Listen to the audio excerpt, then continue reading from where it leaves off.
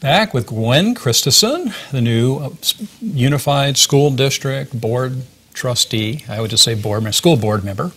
And thanks for going through all that in detail with me. I know it's kind of painful to sit down and discuss specifics, and we're going to talk about your actual responsibilities, everything you do on the board. And but first, I want to make sure that we acknowledge the kids. You know, I've attended these school board meetings, and it's wonderful to see the school board actually recognizing the kids in the classes, and they're getting a little bit of recognition. They earned their block letters, and they were actually delivered by the school board. And Dick Locke, I saw some of that. Why don't you tell us a little bit about that, how that works on the school board? Well, we saw that my first meeting 2 weeks ago. We did have some children come in who had had the requisite community hours, and so they earned their block letters, and Dick Locke delivered the letters to them, and it was great to see that positive, to celebrate those children who had done those requirements and completed them, and have their photos with their parents. So it's great to see the positive also. The recognition versus, I know as a school all that hard work. board member, you have to always talk about expulsion and all of those topics. But we do talk about those also. Yeah, I know that's a part of it, and it's nice to see the recognition part, because, you know, I had my one daughter went through Pioneer Elementary, as you know, Tori, and my son went through both of the high schools here in the system. And, you know, the recognition and the awards, you know, at first I thought, well, they're getting an award for everything. She's always in the top 10, and they're always getting a certificate or a trophy.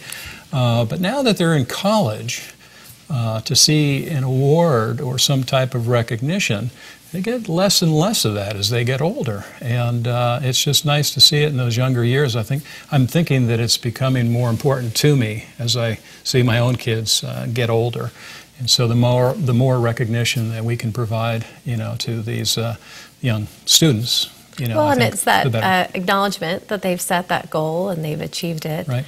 And it makes a big difference. I think we should be lining up with awards right on the front steps. I'll bring you a trophy the next time I come. Keep self-esteem up there, because when they get off to college, it's a big challenge, and it's nice to see them being recognized. I know you have a lot of specific responsibilities on the board, and I'd like to give you an opportunity to. I know you brought some notes. I did. Well, I brought my notes because there is a learning curve, even though.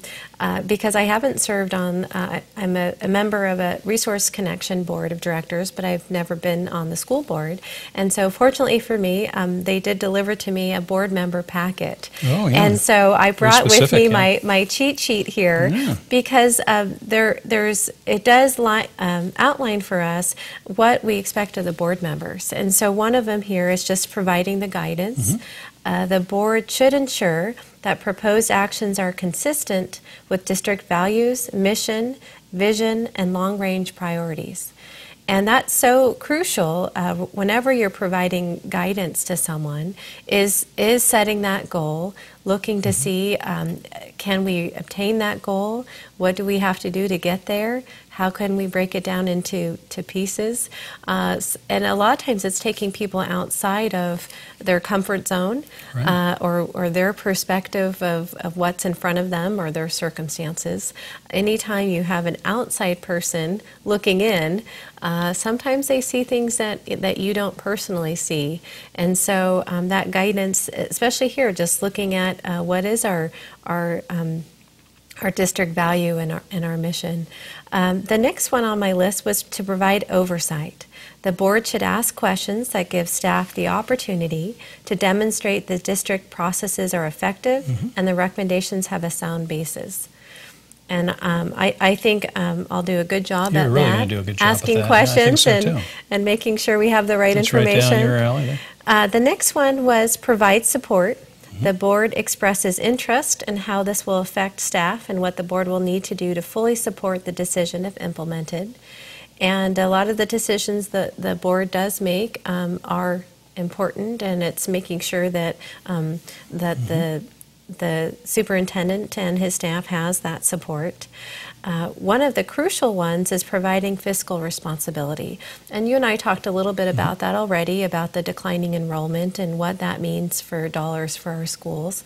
But that fiscal responsibility also requires us to be a good steward of what what we do have, the board has to ensure that recommendations are consistent with the adopted budget and that financial resources are aligned to goals.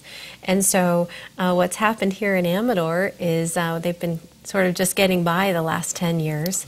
Now it's just that crunch period of we're going to have to make a decision soon. Right. And we all know that with private, whether you're at home managing the checkbook or you're at the office managing the checkbook, you're always looking at that fiscal responsibility. Right. And taking We've been a hard running look. it on a credit card, in other words. Well, I don't know that, but you are.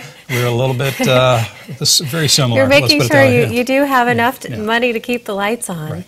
And it's always reviewing, can we renegotiate contracts, can we do without in a certain area.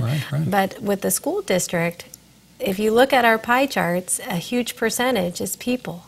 And we don't want to cut people if we don't have to. All the staffing and all the union issues as well, and making sure they're taken care of. And so that is a huge point. And so that fiscal responsibility is going to be very important. One thing on the note thing I didn't like was the part that you have to get along with the other school board members. Where did you see that? I don't know. You're supposed to make sure you take their point of view and represent. Didn't say you had to get along with anybody. Oh, that's good. You can take your own independent. I didn't study that part. I better look at that again. Yeah, I said, well, why do you have to listen to their point of view? No, but the community perspectives are very important, and they're varied, obviously, with the different issues. But you also have the other board members. There were 4 board members total. Is that There's 4 total, representing each of the districts, and. The last one was just representing the community perspectives. And so we do need to articulate a variety of viewpoints during deliberations and collectively work to ensure that a wide range of perspectives have been considered. How will this decision affect all students? What about minority students, special education, and English language learners? And this was one thing that was brought up in my interview process with the board. They wanted to make sure that I could make a decision and not be biased by my personal beliefs. And you do have to make a decision that's best for the community overall. Yeah, and you're going to be in that position to make that decision probably as the year goes. I know that they're talking about it having to take place, more of an accelerated. The sooner we get the committee going and people thinking and the discussion rolling, the better. And the more time that we spend on the issue, the better that decision is going to be for everybody, and everybody will understand it a little bit better. I know that when you sit in these positions, it can be very difficult. When you're juggling your business and your family. I mean, you are the ultimate professional mom, multitasker. I mean, I'm married to a workaholic attorney, so I know how difficult it is for you, Eric. Your husband must, do a lot of the extra work and help out. You really have to be a team in order to make that extra responsibility work. I mean, how does that work with your family and having 3 young children in school and having your profession and everything going at the same time, and then to get onto the school board? And I mean, that's another Well, it has been a huge undertaking, and I have found a lot of people in the community have congratulated me and then warned me it's going to be a lot. But my family does support the decision, and we just found that for our family, our commitment to education and to our children and what their schooling they're going to receive here in Amador County is going to look like, that was just more important than anything else. Part of that. And fortunately, the board meetings are after work hours, and so I can attend those. But I do have to. I'm still making time in my schedule to make sure I get through all the materials before the meetings. Well, you're setting an incredible example for your own children, let alone other moms and other professionals. You too can own a business and be on the board. I don't know how you do it. It's quite an ambitious undertaking. I wore this tie today so you'd feel comfortable. It's my school board tie. Yes, it's a great tie. I never sat on a school board, but I sit on the parent advisory committee with Dick Lang, which is a wonderful thing. I try to be involved with the schools as well. But it's wonderful. You got George Washington. I don't know if Alan can see this. George Washington, Abraham Lincoln, and then the school board person. That's you. Oh, that's what that is. School teacher. I thought that might be the principal. No, that's like the school board member right there, right from George Washington, Abraham Lincoln, and then the school board person right there in that order, because it's leadership in the schools that you have to really provide a lot of the, leadership through the times, the analogy, metaphor.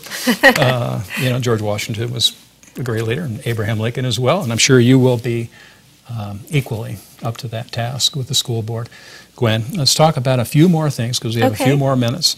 This is the news break is really kind of a long thing. I'm used to really short shows. How many minutes, Alan? 2. See? 2 minutes. 2 minutes. We can talk about anything. You're still skiing? Do you have time to go skiing? Did you miss the whole ski season now with I all didn't. this? I've been going every Saturday. The Good. kids have been on jets, and so they get to go every Saturday morning. Oh, right. You got a it's jet. our fun day. Oh, my gosh. That's a big commitment. And we have one more. My daughter, Kate, gets to ski this Saturday on her birthday, and it's her last day of, oh, my gosh. ski team. Do you see Kelly Garcia? She sits on the school thing with me as well. And she has a jet or more than one jet? She has one. Oh, she has one how many also. jets can you have? I mean, they're up there every weekend as well. But that's just part of living here in Amador yeah. County, just being able to ski on the weekends and work during the week. I It is try a not great to part. take too much work home, and it's just trying to achieve that work-life balance. And now I can fulfill my community role with lots of hours at these meetings and meeting more people. You're right there. Be careful raising a jet. I have to say, as my son just, Alden, he's off in college now, but he just went to Sun Valley, Idaho, and he came in 3rd place out of 60 colleges. He's on the podium with a medal and the whole thing. He just had an awards thing. We've shown him on the show a few times, but I'm really proud of him. But boy, what a passion, when they start out as jets, they keep growing up in terms of, just this commitment to skiing. It's very powerful. It's a great team sport. And, I can only tell you it gets better as you get closer to being an empty nester and your kids get a little older. And it's just great to see that you're so involved with our community here in Amador County. And we are really, truly lucky to have you have been a part of that school board.